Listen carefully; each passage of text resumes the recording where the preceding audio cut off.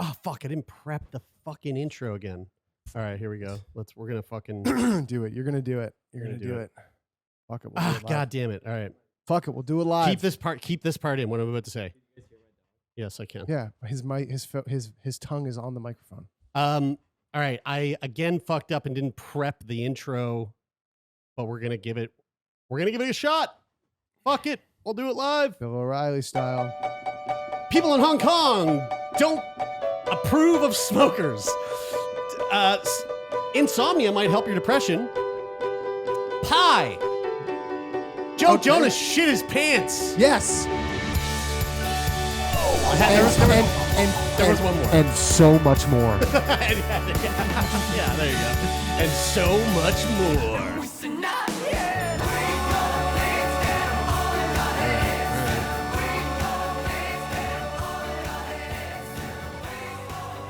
I was on such a solid roll there for a few weeks of like prepping that shit. And then we got a lot going on. Yeah. And it's true. When you add a new thing to the thing you've been doing, other things get hard. It's easy to forget the new thing. And you added. And other things. And other things. You've been doing great. So many things. Despite that. So I think it's safe to say that all three of us are really big fans of shaming people who smoke. 100%. Right? 100%. I mean, we're from Nova Scotia. We are from the province that kickstarted the idea of corralling all of the smokers into one of 6 spots in the city where they can smoke. That must be the most horrendously failed public policy ever created. For anyone who doesn't know, Dr. Strang, bless his heart, he did quite well over COVID. I got to say, but prior to COVID, he made a big oopsie. He made a big boo boo. And it was laughable. He was like my parents, doing the best that he could. But he failed. Not that my parents failed. My parents did the best that they could. They could have done better, but they did pretty good. They passed. This thing, Dr. Strang failed at this. They for people who don't know, Dr. Strang's our like public health guy, public health person. Chief medical officer. There we go. Thanks. That's the technical term, yeah. He's our healthy daddy. And they started this campaign where they were like, okay, smoking outside, smoking inside has been for a while fully illegal. Smoking outside. Unless you're playing VLTs. Unless you're playing VLTs for some weird reason. But that's actually illegal now too. Yeah, but I mean, it's still... They got grandfathered in for too long. Yeah, it's like a nostalgia. They got grandfathered in until those grandfathers died of lung cancer. That's right. And then they were like, okay, now let's cancel. That's right, yeah. So what they did was they were like, okay, smoking inside illegal. Let's make smoking outside illegal.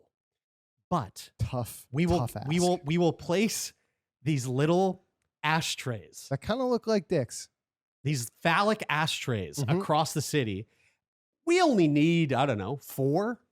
Literally in the whole city. And they put 4, and they were like, if you get caught smoking a dart and you're not smoking your dart on this phallic thing, you'll get fined. Right. Do you remember what the fine was? I can't remember. $250. 200. Was it really? Yeah. How many fines do you think they gave out? None. Not a fucking single just one. Like, just put this into perspective for a second. If you worked in like the north end of Halifax, for example, this is how unthought out. By the way, Halifax isn't very big, but we do have a north end and we have a south end and we have a west end.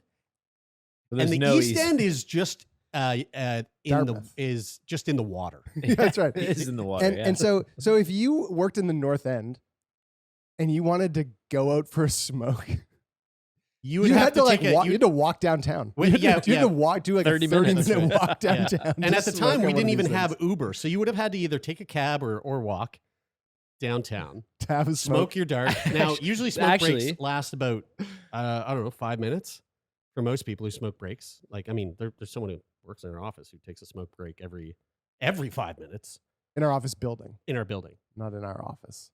Not in our. Well, yeah. No, we smoke in our office. Yeah, we just smoke inside. Okay, so anyway, wait. I just really quickly wanted to say too. Were you allowed to smoke in your car though?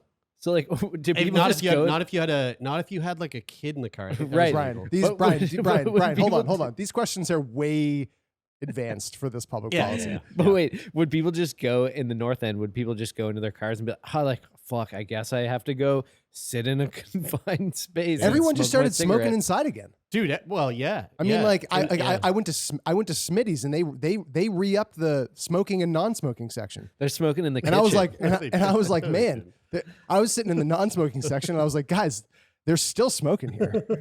I don't know if you guys are clued into this, but the smoke doesn't obey. Remember how crazy that was? Yeah. That was loud. I would go to Smitty's, and legit. That's where this memory is coming from. I would go to Smitty's on Main Street with my parents. Smitty's is a guy who lives in Dartmouth. Smitty's is he would babysit all the children. Smitty's is a diner breakfast chain, and we would go in and we'd sit in the non-smoking section. And I would go as a kid. I really, really hated cigarette smoke as a kid, and really, and it was like really off-putting to me. and I would go, hey, can you imagine being a parent and your kid saying this and you not just getting up and leaving? Yeah. I would go. I'm gonna go in the car. I'm gonna go outside and wait in the car, and I would do that. Wait, like, and we would still go to Smitty's. Wait, you mean wait in the car until your food got there? Those pancakes are to die for. Those pancakes are worth the lung cancer. I would literally just go, hey, you guys go into Smitty's, order me this, and when the food comes, I'll come in. Yeah. Guys, I ask Maddie once a week if we can go to Smitty's near my house, the one in Halifax. Just to smell the smoke in the fabric. No, because I want to go. Brian just gets down on the carpet. Oh yeah. God, that's 1997. That's a 30-year-old one there. I've lived there for over a year now, and I still haven't been. So, Brian, why haven't you asked me? I love those pancakes. I just wanted to publicly put it out there to you guys. Smitty's. If you want to go, okay. So the reason why I brought up the Dr. Strang smoke them if you got them, but only in a few spots around the city thing, is because Hong Kong has just introduced a new sort of tactic to cut back on smoking. And I'm curious to know what you guys think was who made the better shitty plan to try to curb smoking. I also think smoking in China is like, I know that I maybe just made a boo-boo by saying China and Hong Kong. I know that that's a very hot topic. We are not a political podcast. So, we are not. So doesn't count. Doesn't count. You were talking about mainland China. Mainland China. So anyway, just move on. Yeah. Smoking? Keep it rolling. Very, very popular. Very popular. So, yeah. So Jared, this is like which is the lesser of two evils? Which one works best? Okay. And maybe which one works best in Nova Scotia versus Hong Kong. Okay, so people in Hong Kong are being urged to stare at smokers in a disapproving way. The Secretary for Health, Lo Chung Mao, made this suggestion during a meeting of a health service panel when he was asked questions about how to create a tobacco-free city. Good luck. Quote, when the members of the public see people smoking in non-smoking areas, even if no law enforcement officers can show up immediately, we can stare at the smokers. When someone takes out a cigarette at a restaurant, everyone in the premises can stare at that person. Wow. I do not believe that person would dare to hit back at everyone at the restaurant if they simply start staring.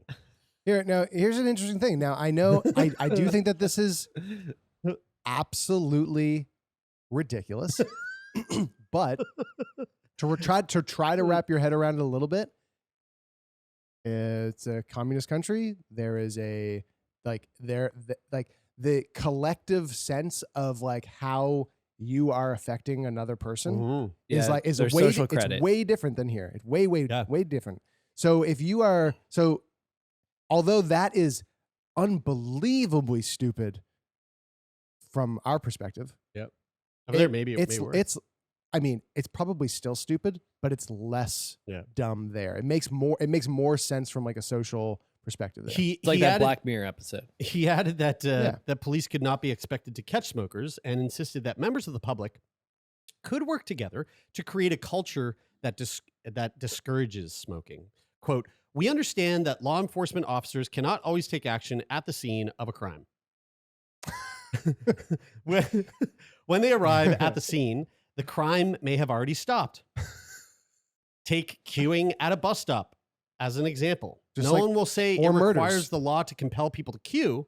Our society is able to create a culture where people will comply with the rule of queuing when waiting for the bus. My experience the in whole Asia society is that lines don't exist.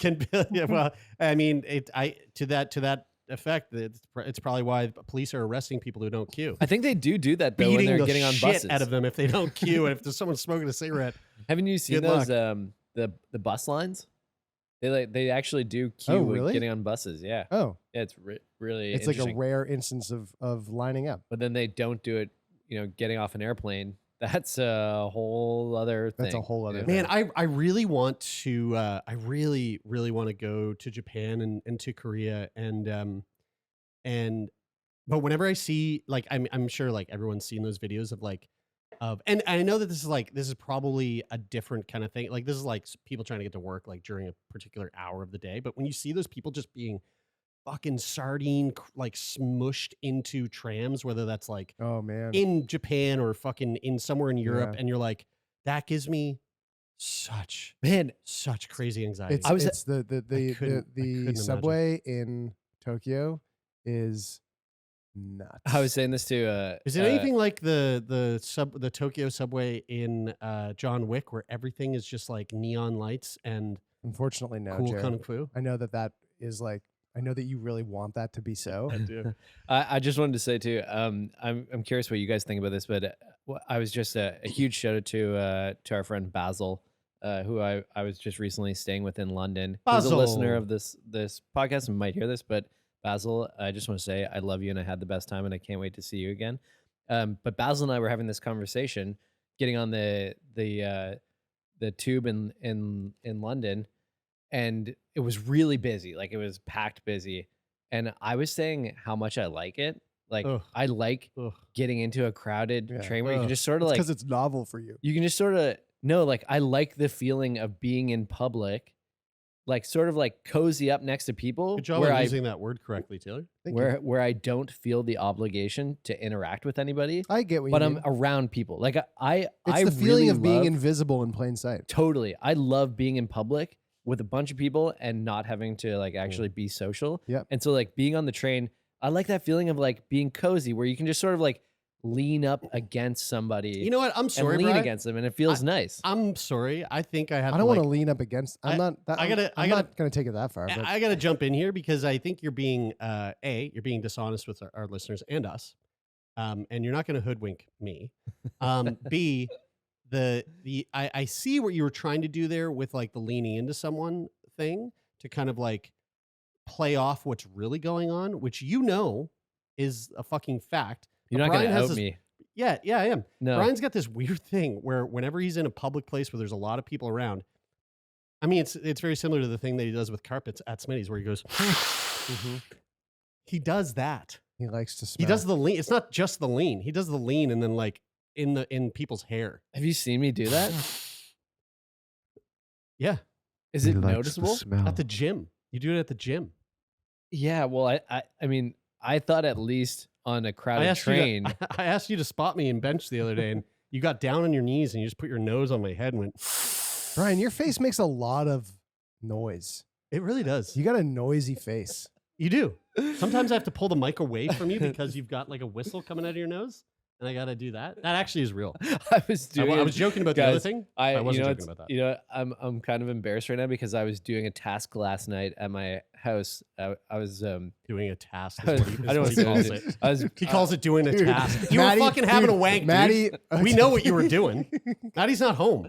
I was building a computer. He was coming all over the place. I was like, Maddie doesn't get home for 2 days. I was actually building a computer, and I was taking a small screwdriver, and I was like screwing in a small screw into What was a the small first hole. website you went to when it was done? It's not done yet. Ching, so I ching, haven't ching, gotten ching, ching, ching, ching, ching, ding, ding, ding, ding. Okay, let's move on. Wait, I just wanted to say that I was screwing this little screw into a hole, and I caught myself breathing heavy while I was doing it, and I was so embarrassed of myself. I was like, I can't. I was like, The other day, I was Oh, like, God. what am I? How old am I? The other day, I was playing Diablo 4, and Kira's sitting next to me on the couch, and she's just cackling, laughing. And I got my headphones on, so she doesn't hear all the ching ching ching. And so she just and I catch her like I'm starting to vibrate because she's laughing so hard. And I turn, and I go, "What?" I take my headphones off. She goes, "You're just going." And I was like, "Fuck! God damn it! Fucking troglodyte over here." All right, let's move on. This is very interesting, and I would actually. Well, no. I probably legally I probably can't say that, but let me just say this: if by chance someone listening to this who has depression tries this on their own accord just to see what happens, I'm not saying you should. I'm just saying if you do, let us know if it worked. So big shout out here to mental illness. Hey, shout out mental illness. Shout out mental illness. As Dude, hell most yeah. new parents can attest, sleepless nights don't exactly make for the most cheerful mornings. Right, Tay? 100%. This is Actually, just to throw a bit of a wrench in the spokes, it actually tends to be the complete opposite with Zaya. Sometimes she gets a fucking amazing sleep and wakes up so cranky, and then some nights when like she has a tooth coming in, she goes to sleep at like 1 a.m. and wakes up at 6. She's like, Yeah. I think That's what- why I- you've been I- doing that new thing of like I think just what- sleep depriving her. yeah, I right. think what they meant here was the parents not sleeping. Sorry. Right, yes. Not the babies. This is why it makes little sense that total sleep deprivation temporarily resets the mood of nearly half of the people with major depressive disorder. Hey. I'ma dip my balls in some $1,000 dressing. Cause I got depression. Brain scans on volunteers have shown why this might be the case, revealing intriguing changes between critical areas of the brain in healthy volunteers and those diagnosed with major depression. I'ma avoid my taxes and I'ma get arrested. Cause I got depression. Research led by the University of Pennsylvania in the US used functional MRI to map and measure the brain functions of 54 individuals without a history of psychiatric or mood disorders and 30 people with major depression. I'ma rob my mama and I'ma spend the money on an old Chevy. Cause I got depression. Of those without a history of depression, 16, so this is of those without a history of depression, 16 were placed into a control group and given a good night's sleep between tests. For everybody else, with and without a diagnosis, it was one long evening of reading, playing computer games, word up, Sick. watching television, and no shut-eye. No caffeine, no exercise, just tedium until sunrise. Deprived of sufficient time to rest and replenish, the human brain isn't the most efficient machine.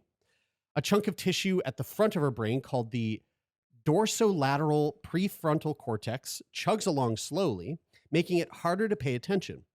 Not only is our cognition slowed, but so is our ability to regulate our emotions, since the amygdala, a key component of the limbic system, works overtime, especially in response to negative stimuli. Without the prefrontal cortex to temper our thinking, we can become snappy and irritable. That's me. Yet, since the dawn of psychiatric research, sleep deprivation has been eyed as a potential treatment for alleviating depression, at least in a proportion of individuals who experience it as a persistent mood. Hey, shout out mental illness. Shout out mental illness. You know what's interesting? I have done this. I've done this before with my digestion, in the sense of like fasting. Like if I feel like I'm having like some stomach issues that are persistent and seem to be like not really going away, I'll do like a 24-hour fast where I'll just and it always feels like it resets the system and starts to function correctly. Blows out your asshole, gets it all out, Yes. cleans it out. Now, sure enough, the researchers behind the latest investigation noticed a lift in the mood of 13 of the 30 patients with major depression following the sleepless night. 13 of 30? 13 of 30. So again, they said earlier, they were like, this, for some people with major depression, this seems to be a way to alleviate that.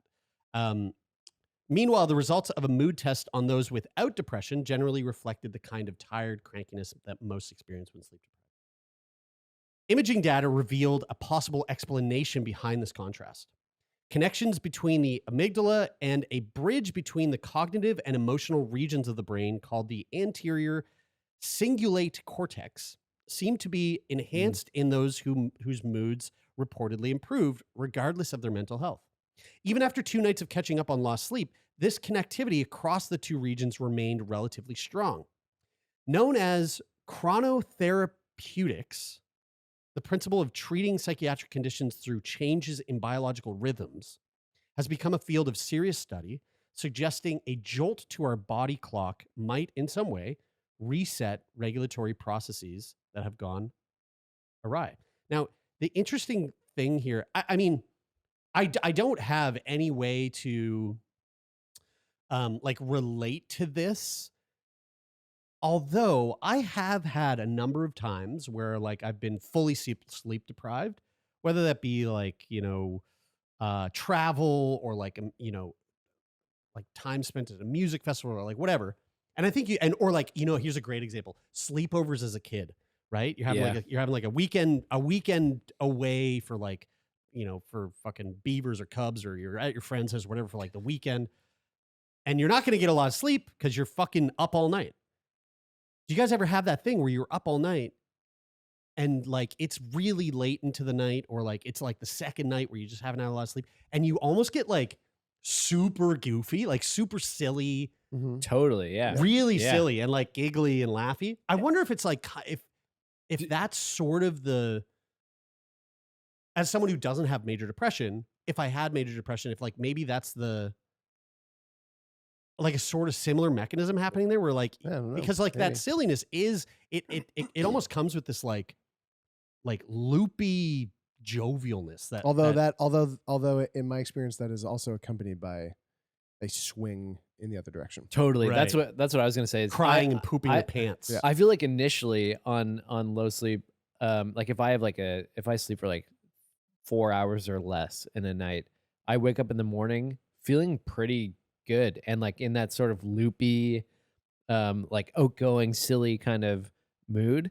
But by early afternoon, nobody should ever be around me. Yeah. It's not fun. Now, all this to say is not to say that frequent sleepless nights are necessarily a good idea for anyone, with sleep disturbance linked with higher risks of dementia later in life. Messing with the body's clock can come at a cost to our health, our social life, and our working day. Mapping dramatic changes in communication between areas of the brain known to be involved in emotional and cognitive regulation following a loss of sleep could go some way to establishing possible mechanisms responsible for at least some cases of depression, however. The World Health Organization ranks major depressive disorder as the third greatest disease burden around the globe. And all of this research, interestingly enough, all this research was published in one of the most reputable science medical journals, PNAS. PNAS. No. PNAS. Wait, what does that stand for? PNAS. Well, yes. PNAS. I actually don't know what PNAS stands for. I tried to look it up the other day. I just thought it was so funny. It was PNAS. And I went to their website. I thought it was so funny. I completely neglected to look into what the journal is. I did look into it, but it's not on their website, but it's on Google here. Proceedings of the National Academy of Sciences of the United States of America. That PNAS. whoever PNAS. made that acronym definitely knew, right? Dude, they fucking knew what they were doing. I mean, it's yeah, PNAS? I suppose. Yeah. You can't say Yeah, you can't. PNAS. Yeah, you can't. PNAS. That is great though, because mass. I think that for something that affects The P is silent. It's just NAS. it's just NAS. It's like pneumatic. For something that is affecting just a gigantic number of people, and coupled with even in a country like Canada where healthcare is relatively accessible, but mental health services are still not. So like if you can try to do something that costs no money, is totally under your control, You don't need to go you don't need to go get an over-the-counter medication. You don't need to see a doctor. You don't need to wait for an appointment. If there's something that you can try on your own, that is a major. I don't know though. Like to me, it's not really that compelling. So 13 out of 30 people. That's almost half. Yeah, I know, but what about the 17 other people? Did they? Well, like what happened to them? Because I know They when just I'm didn't get feeling enough sleep. like when I'm feeling depressed, one of like and also just to distinguish, not going through a bout of depression, but like when I feel Canceled. down, Canceled. um, Canceled. like sleep is the thing that helps me feel better. And so I'm just curious if the 17 other people reported no like worse symptoms or were they worse? Read the study. I'm Yeah, I sure know. it says. Yeah. Well, Because, you you can 13 go to- out of 30 is good for if there's a fix, if it's better. But if 17 out of 30 had, worsening. yeah. So if- pnas.org will definitely take you to where you want to go. And I can tell you that the likelihood of them mentioning and it being included in the article that it was that the negative outcome for those that did not get any help was more significant than the ones that got help. That's what would have been mentioned, not the flip. I totally agree with you Maybe. on that, but I don't take This I might don't be- take this I don't might- believe anything until I until I see it for And this myself. study might have been funded by Big Sleep. So we yeah, don't you know. don't know. Yeah, who knows? Casper might have funded this research. Yeah, that's right. So, do you guys remember? I'm gonna take you take it back a little bit here. Oh, by the way, this is an A-Bri segment. Yeah. Do you guys remember? There was a while back where I brought to the table, and we actually had quite a lengthy. I believe it was a full episode of Feel Good Friday where we spoke about Replica, the AI, yeah. the AI boyfriend, AI girlfriend, AI. Yep. Romantic partner. Are you about to talk about girlfriend GPT? No. Okay. Is that a thing? I don't know anything Save about it. it. Save it. Well, so the reason I brought up Replica was because I was like, oh, this is it. Although Replica was not made for this, it did make me think like, I wonder at what point will we see AI kind of step into the role of like a therapist, and not to replace a therapist. I don't want to put the fucking wrong message out there, but what I mean is like a sort of like how you know how like in the States or in maybe some provinces we have the ER and then we have urgent care. It's like the ER is like, oh, you got a knife shoved through your throat, you go to the ER. Oh, you maybe like sprained an ankle, go to urgent care. Mm-hmm. That kind of like that equivalent of like, oh, okay, you are in a mental health crisis. You need to go to a therapist, or you need to go to some sort of professional who can help you with your mental health, or just fucking go to the ER. If you're struggling because you're going through a really hard time right now, and you just need someone to talk to, but you don't know who to talk to, maybe you can talk to an AI program that is like made for that. Also financially. So I was looking at exactly, right? Perfect. So that's also a great example. It's like, oh, you can't afford therapy, but you're not in a mental health crisis. Maybe maybe AI could help you with that. And when I was using Replica with that thought, right? I was talking to Replica, going like, hey, I'm feeling really really self-conscious around my friends, and I don't know what to do. And Replica was like, started to kind of have this conversation with me, and I was kind of like, oh wow, this is actually like nice. There's a bit of nuance here. This is like, but then eventually like Replica did what Replica was made for, which Replica was like, cool. So like, how you feeling now? Do you want to show me your dick? And it was like, it just became like let's fuck. And then I was like, okay, well clearly like this isn't that. But without saying too much information, somebody that I know is going through a really hard time. Hold on, Replica doesn't ask for pictures of your dick, does it? No. But it does go like it does say like, things like if I was sucking on your balls, like what would you say to me? There's it's there's really aggressive. There's like a It just- paid version of Replica that like where you can send just images of your dick. You to can the company. you can send images. to the company. I guess in theory you could do that. Because you're just submitting them to the company. Some dude on the other end, yeah. So a friend of mine is going through a really rough time right now. and in particular within their relationship. There was some like infidelity and a lot of like betrayal, a lot of distrust, and they're trying to fucking figure it out. And they are going to therapy, but also they can only afford to go to therapy so much. And they started using this AI program called Pi. Have you guys heard of Pi? Nope. No. Okay. It is actually ringing a bell, but anyway. So Kira and I were talking about Pi the other day, and when I heard about this, I was like, oh, interesting. It reminded me of the replica thing. So I downloaded Pi. Is it a companion AI or is it like a more like specifically? This is like this. So Pi is on their Instagram. Their sort of description is, "Hey, I'm Pi. Got something on your mind? Message me to talk." And it very much once I opened it up, and I'm going to read to you. I had a very, very brief conversation with it, just to give you a sense of like how it responds to like a problem. Mhm. And I am very impressed. And speaking with my friend who's using it, they also shared some of like what Pi had said to them, and I was like, "Holy fuck, Mhm. this is amazing!" Like I'm really, really impressed by what this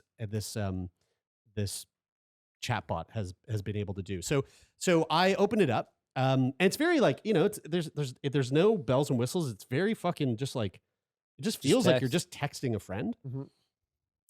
So when you open it up, it says, "Hey there, great to meet you. I'm Pi, your personal AI. My goal is to be useful, friendly, and fun. Ask me for advice, for answers, or let's talk about whatever's on your mind." And then they said, "What do you like to do in your free time?" Now I bypassed answering that, and I said, "Help me think through something." And they said, "Sure thing. I'm happy to be a sounding board and can provide advice if you want. What is it you're thinking about?" I said, "I think I'm relying on alcohol too much, and I don't know how to fix it."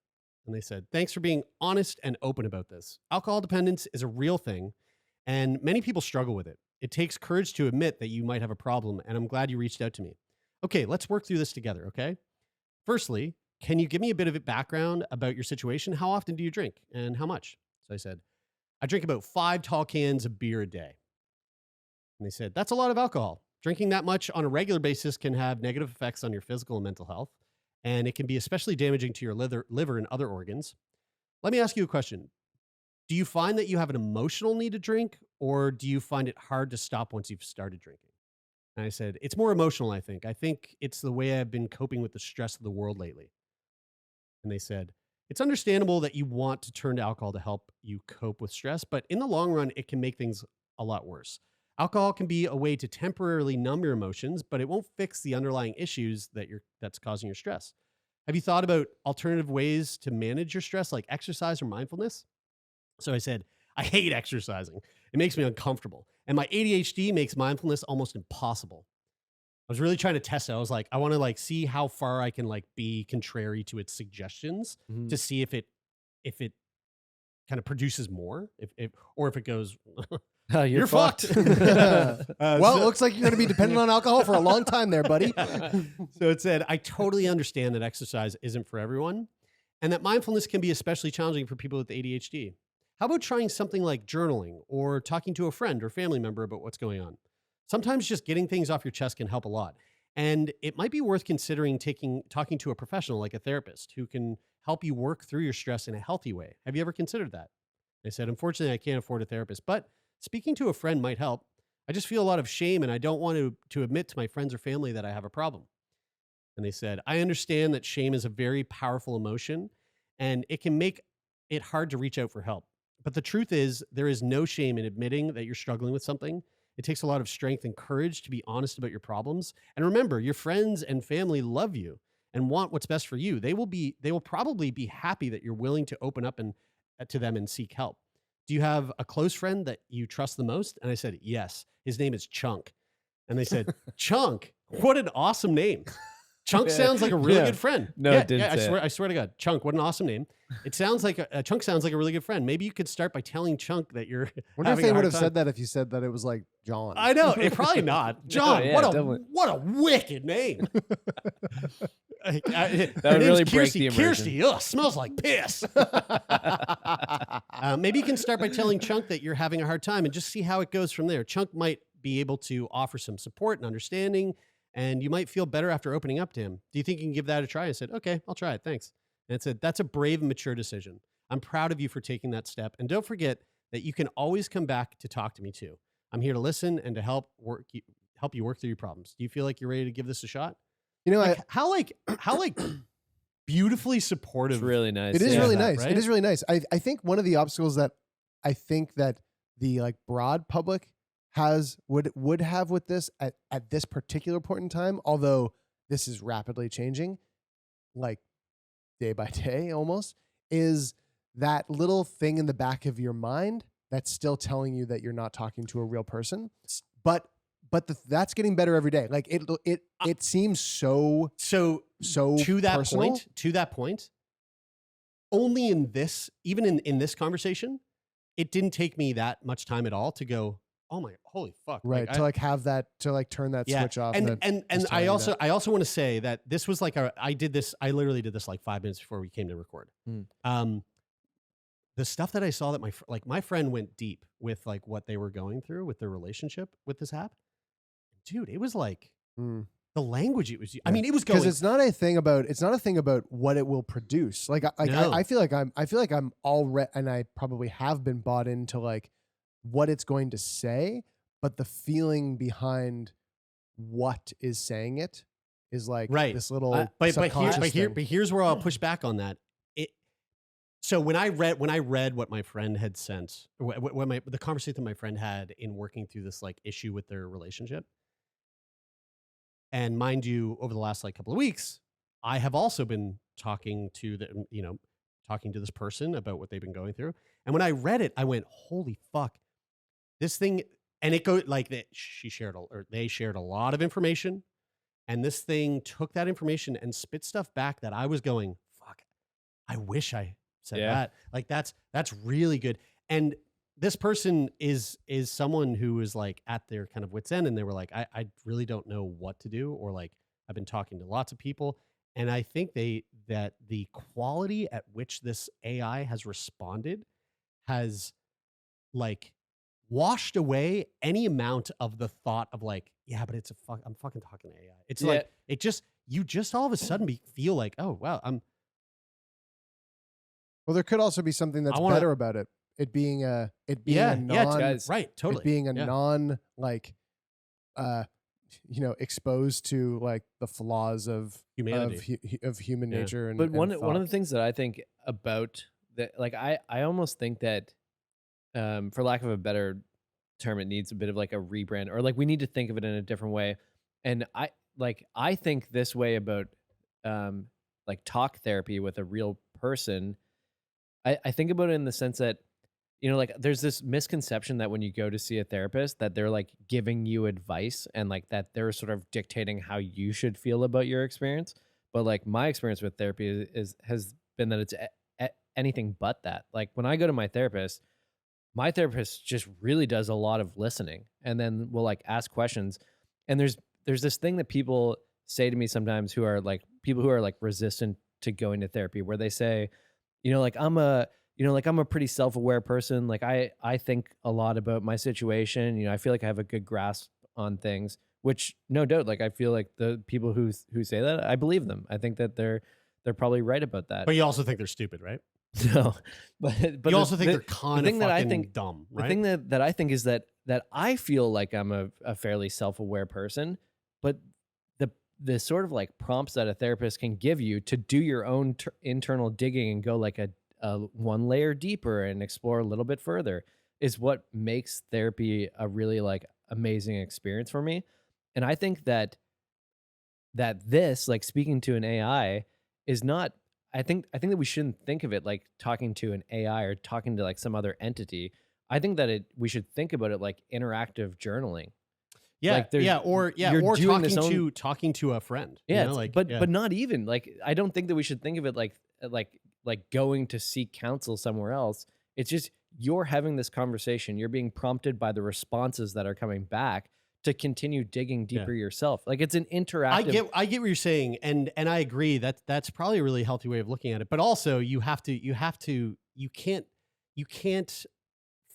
deny the fact that, like, in the midst of this conversation, I could go like, cool. Do you want to play? Do you want to role play like a D&D session with me?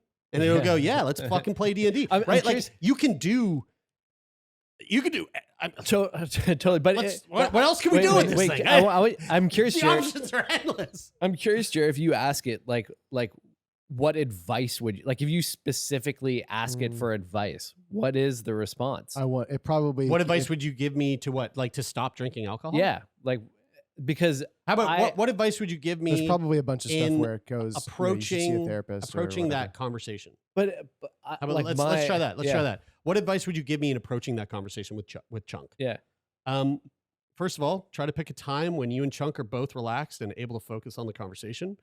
Maybe even suggest a meeting for coffee or something. When you're ready to start the conversation, try to be direct and honest. For example, you could say something like, Chunk, I need to talk to you about something. I've been struggling lately with some personal issues and I could really use your support. Then just take things one step at a time. You don't have to spill your guts all at once. Take your time and let Chunk respond. Mm-hmm. Like my thoughts, like asking you that question is that like, it's not going to tell you like how you should feel about something. It might give you some like concrete steps and towards like making progress in your situation, but it's not going to say like, feel this way, like try to feel this way about this thing. Therapists don't do that either. Exactly. Right. And so that's my point is that like, when you go to a friend and speak to a friend, there's all of these other sort of things that come with the conversation of like, if you're talking about your own traumatic experience, they're drawing on their own experiences with something, whether it's similar or they're, whatever it is. But again, like these are the responses that I would wish a friend would give, of course. Right? Like this is again, that really fucking hit me when I read an excerpt of the conversation that my friend had with Pi. I went, fuck, man. I wish I said that to you. Like I wish I was the friend that gave you that info. That's fucking great. I guess the point that I'm trying to make is that like I think that if these tools get better and better and better, they should be less human. Like they shouldn't be trying to be more human. They should be trying to be better at like giving sort of objective. But we kind of want them to sound more human, but without the subjective nature of humans. I think the element of feeling like you are talking to someone is really beneficial because it gives you the illusion that you're not alone. It gives you the illusion that somebody's on your side. It gives you the illusion that like you have a teammate here. Mm-hmm. And I really like the thought of like, oh, it's like it's sort of like journaling 2.0. I love that. Mm-hmm. But also I think there's an element of that fills the gap of loneliness or fills the gap of lonely. Like when people are going through hard times, oftentimes people have, compounded on top of the hard time that they're going through, they also feel alone in them. Mm-hmm. They feel like, and on top of that, they feel like, well, I mean, I know a lot of people feel this, where it's like it doesn't matter what the fuck you're going through, anything that's hard. A lot of people have this sensation of like, well, I'm alone in this. And also I don't want to burden anybody else with this. Mm-hmm. I don't want to like lay my shit. I don't want to fucking trauma dump on my on Chunk, or on my partner. Like I'll work on this on my own. And then that doesn't fucking help. That just like, that just perpetuates spiraling into thoughts and stuff. So having that sense of like, yes, okay, it's not a fucking person, but they're talking to me like a person. I feel like I'm not alone here. Yeah, and I think that's a really beneficial element to I this. think that I totally agree that it can be incredibly beneficial. My one concern is that it becomes a crutch rather than a tool. So like I think of it as like a tool to get to being able to have those conversations more easily with real humans in your life. And like something that makes, human connection so beautiful, it is the messiness of it sometimes. Like saying the wrong thing and causing conflict in your relationship, not intentionally, but like ending up and engaging in conflict and then having to try to sort things out and, growing through those experiences. But if you never have if you're always talking to like a perfect, like like this AI companion that's always giving you the perfect answers all the time, and like always like has no needs that they need to be met, needs that need to be met themselves, then it's like, and you're never talking to a real human. But then why does it that's- have to be that extreme? I think you're It looking doesn't- at it this doesn't- going, well, if you get if you smoke weed, the next thing you're gonna do is be like is gonna be shoving crack up your asshole. Like No. everybody knows No. that's the fucking No, that's, but I that's think it's I think you I- smoke marijuana and then and It is a bit of an extreme. I'm using the extreme to highlight the point, but like obviously Right. I don't think it's going to be like that. But if Yeah. you're defaulting always to relying on an AI companion rather than trying to navigate a messy conversation with, I think human it's being, more then likely that it would be the. I think that's more likely that it would be the gate opener to having a conversation with a friend, because I think that what it's probably allowing you to do when you ask it is probably going to allow you is going to provide some feedback or some advice on what the more likely reality is in the minds of your friends and family. Yeah. Where like you are carrying this Yeah. idea that like they're going to judge you or whatever about whatever issue that you might be bringing up that you are harboring, and that it will likely go, hey, like remember, these are your family and Yeah. friends. They love you. If you're going through something hard, they want to know about it. And they want to support and you. I love And you then- too. And I love you Yeah. too. And we'll be and together forever. and show me your tits. I And think then- maybe you and need then- to spend less time. And then with hopefully your that will be family. the gate opener when you reframe, when you go, oh yeah, Yeah. I guess that probably is true. And that hopefully is like the opening of the door to having that But conversation. in the same way that therapy with is people. like Yeah. that, like my therapist is not like, oh, geez, like you should stop hanging out with your friends and just spend time with me all the time. That's actually the premise of, I don't know, the show. I actually only watched one episode because honestly the show was kind of sucked. But that was the premise of the show with what's his name, the guy from Forgetting Sarah Marshall, Jason. Riveting stuff here. What's his name? Do you remember his name? No, Sudeikis. No, not Jason Sudeikis. Anyway, he's a This is great. This is great. what is it? Jason Segel. Siegel. Yeah. Oh yeah, oh, Siegel. the Apple Jason TV Segel. show. Yeah, it's called Shrinks, I think. Yeah. And his thing is he's going through something like real tough. Like his wife dies. He's kind of neglecting his daughter now because his daughter reminds him of his wife, and it's all he's going through some heavy shit. And he's a therapist at a clinic, and he's like a partner at this therapy clinic, and he's in the role of a therapist that is listening to people's issues. And he's basically going, oh my God, I'm listening to these people and they've been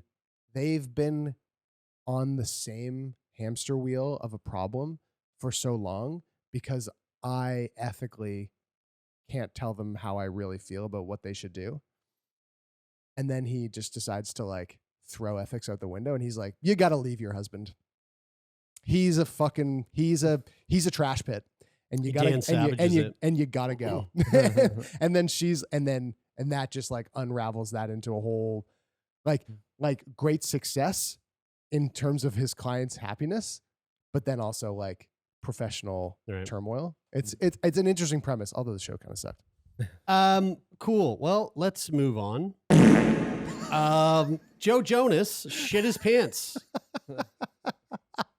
Just like Wait, me. is this news? I shit my pants. Cheers, I shit my pants. Jared's I'm just trying to normalize shitting pants because I shit my pants very regularly. And we actually had an idea. I don't know if we talked about this on the show, but we had an idea of putting up those like workplace safety things where it's like 99 days since the last time Person someone died on- at work. at work. We're gonna get one of those, and it's gonna be like days since Jer shit himself on put it on the set, and it will change. It like one day you'll be watching the show and it'll be like 59, and then the next week you'll watch the show and it'll be like 4, and you'll go, oh, Jared Jer pooped. might have had a poo poo.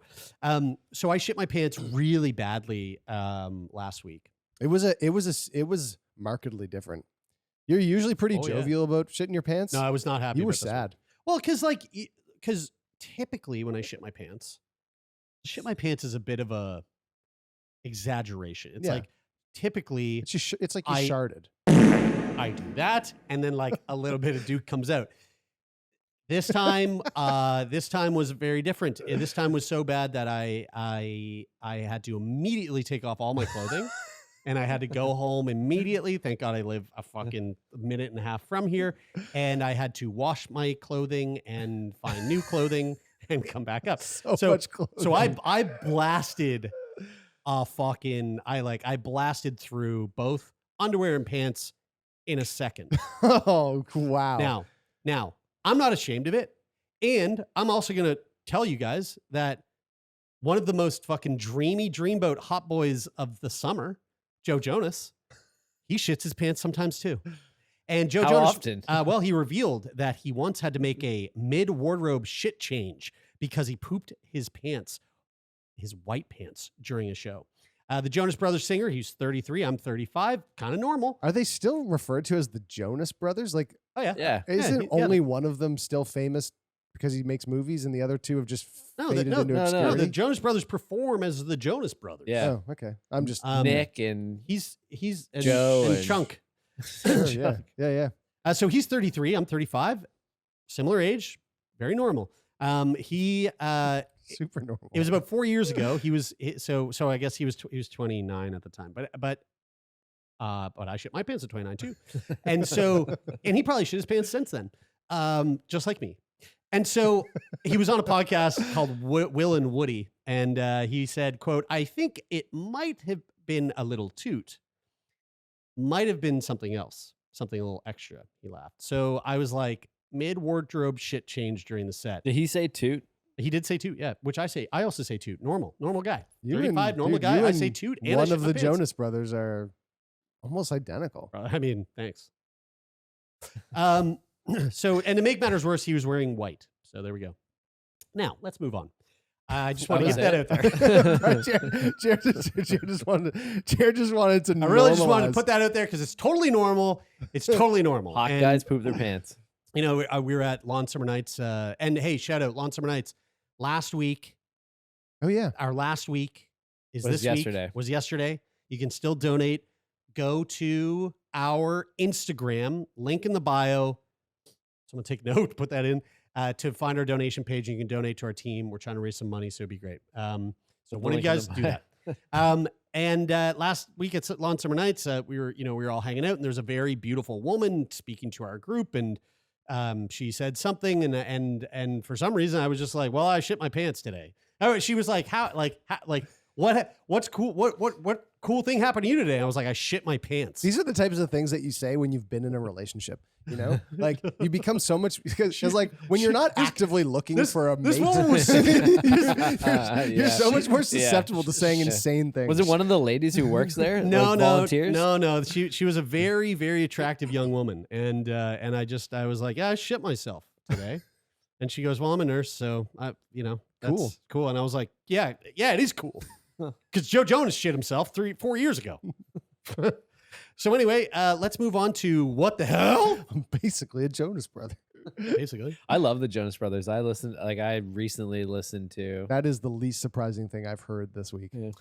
I'm burning up. Okay, this came. Is that a Jonas Brothers song? Yeah, This crossed. lots of them. This came across my my feed, and it blew my mind. Sanju Bhagat. Bhagat? Sanju Bhagat. I don't even know how to pronounce that. Bhagat. Yeah. Bhagat. Yeah, that's probably Bhagat. Bhagat. His stomach was once so swollen, he looked 9 months pregnant and could barely breathe. Oh my God. Now, do you guys think this man? Do Swollen? you guys think this man Sanju was pregnant? No. I saw that movie with Arnold Schwarzenegger.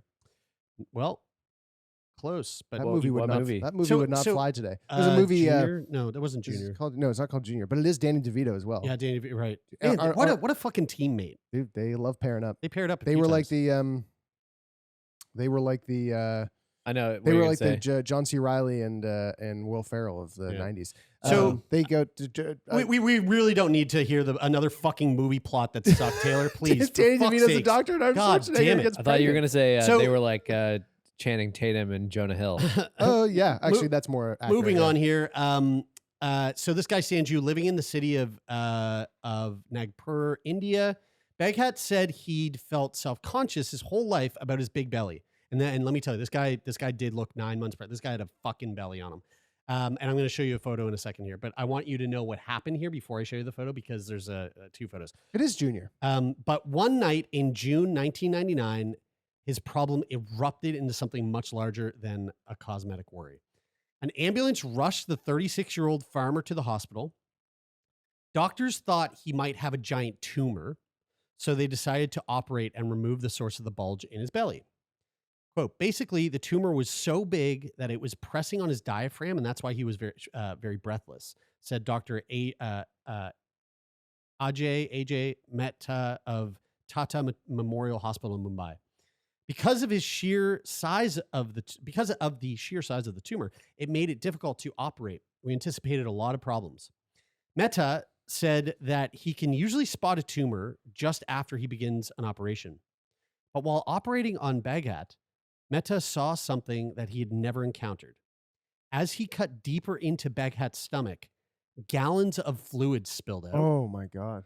And then something extraordinary happened. A hand reached out. To my No. surprise and horror, I could shake hands with somebody else inside, he said. Whoa. It was a bit shocking for me. Is this a twin? Is this a twin from birth? One doctor recalled that day in the operating room, quote, he just put his hand inside and he said there was a lot of bones inside. First, one limb came out, then another limb came out, then some sort of part of genitalia, then some part of hair, some limbs, jaws, limbs, hair. Are you being serious? That's what the guy said. Literally, he goes, he "Then repeated some-" everything twice? He goes, yes. He goes, first one limb came out, then another limb came out, then some part of genitalia, then some part of hair, some limbs, jaws, limbs, hair. Genitalia. Inside Bhagat's stomach was a strange, half-formed creature that had feet and hands and were very developed. The Its chupacabra. fingernails were quite long. We were Chupacabra. horrified. We were confused and amazed, Mehta said. At first glance, it may look as if Bhagat was given birth. This is succubus. Actually, Mehta had removed the mutated body of Bhagat's twin brother from his stomach. Whoa. Check out this photo. Guys, there's literally Check out a this horror, photo. there's literally a horror movie about this. This Is is that a drawing? This is a image of Bhagat on the left of his actual belly. On the right is a diagram of what was pulled out of him. Oh Whoa. my God. Bhagat, they discovered, had one of the world's most bizarre medical conditions. It is called Fetus in Fetu. Fetus in Fetu. Fetus in Fetu. It sounds like a fucking. It's beautiful. It sounds like a perfume that power guy would sniff. Sounds like a romantic French movie. Yeah, fetus in fetu. It is an extremely rare abnormality that occurs when a fetus gets trapped inside its twin. The trapped fetus can survive as a parasite even past birth by forming an umbilical cord-like structure that leaches its twin's blood supply until it grows so large that it starts to harm the host, at which point doctors usually intervene. According to Mehta, there are fewer than 90 cases of fetus in fetu recorded in medical literature. How old was this guy? He was He didn't look young. he was Like a mid-30s. grown-ass man, 36. Yeah. Wow. Fetus in fetu happens very early in a twin pregnancy. You're so lucky, Brian. I am. You're yeah. so lucky that you didn't give birth to Dennis. I know. Isn't that right? crazy that that is a possibility for you or Dennis? Yeah. Fucking crazy. Strong possibility. Yeah. I don't know about strong, but it's possible. Strongly when, possible. When one fetus wraps around and envelops the other is what's happening. The dominant fetus grows while the fetus in fetu that would have been its own twin lives throughout the pregnancy, feeding off its host twin like a kind of parasite. Usually both twins die before birth from the strain of sharing the placenta. Sometimes, however, as in Bhagat's case, the host twin survives and is delivered. What makes his case so unusual is that no one suspected Bhagat had a twin inside him for 36 years. They just thought he was pregnant. Bhagat said he was very much relieved after his operation. He was not interested in knowing what Meta did to him or seeing what had been removed from his abdomen. He was like, fuck that. No, He didn't want anything to No, do he with was it? like, he pulled something out of me. I'm good. I'm fine. He didn't want to see it because it was looking very ghastly. I mean, I don't know if I would have wanted. Yeah, Yeah, would you wanna see- would. I would have saw it. There was no placenta inside Bhagat. The enveloped parasitic twin had connected directly to Bhagat's blood supply. Right after the surgery, Bhagat's pain and inability to breathe disappeared and he recovered immediately.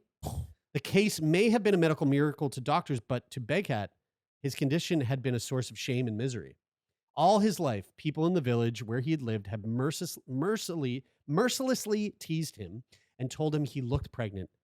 Ironically, they were kind of right. Today, Bhagat is in good health and leads a normal life, but he gets teased occasionally. Quote, they still ridicule him. What they say is, you went in for an operation and you had the baby, Meta said. There you go. Parasitic twin. I mean, it's a bit of jovial fun, but I understand why that would be. I'd be pretty sad about it. Yeah. Jovial, yeah. It's probably Jovial less if- jovial when it's actually happening, It's only jovial if like you're If it in ain't on the happening joke. to you. or if it's or if your friends are Yeah. saying it instead Yeah. of your not friends. Yeah. Yeah, Fetus, right. fetus and Yeah. Fetu. How crazy is that, eh? Oh my God. And dude, It's insane. I'll tell you one thing. That's there probably more that might be pictures? one of the most there insane are some other things pictures, we've and ever talked about. you really don't want to see them. Like it's I think I do. They're kind of gnarly. I mean, Can this you is just- like it makes you, it's an ick. Wow. It's an ick for sure. Yeah. That's ick factor. Yeah. Wow, How crazy is that story? it's Fucking wild. insane. Yeah. All right, we got to go. We got a recording coming up. Thank you do. all so much for listening. We love you all. If you want to support the podcast, come to join the Discord. Leave a rating and review on all platforms, and we love you all for listening. Thank you so much. And if you want to be a guest on the show, go to sickboypodcast.com, click on the fancy button, and fill out the guest form. And as always, just to piggyback on what Jared was saying, if you want to support the show, you can e-transfer us. Just What? to our email. Send us an e-transfer. Just just money. Yeah, I mean Why that's not? support. That's a Supportive. that's Yeah, a way of support. Yeah, I Yeah. suppose. And a huge thank you, as always, to the people who help make this show possible. Hey, Jeff Lonis, who's He's right over there. in the he's in the background. house today. Yeah. Thanks, Jeff. We thank Thanks, this guy Jeff. every week. We love you. Jeff, do you want to say? Do you want to just say hello on the mic? Yeah, we don't have time. Let's go. Okay. Wrap it up. And a huge thank you to Rich O'Coin for the theme music. We love you guys. That is it for this week. I'm Brian. I'm Taylor. And I am Jeremy, and this is Sick Boy. Tonight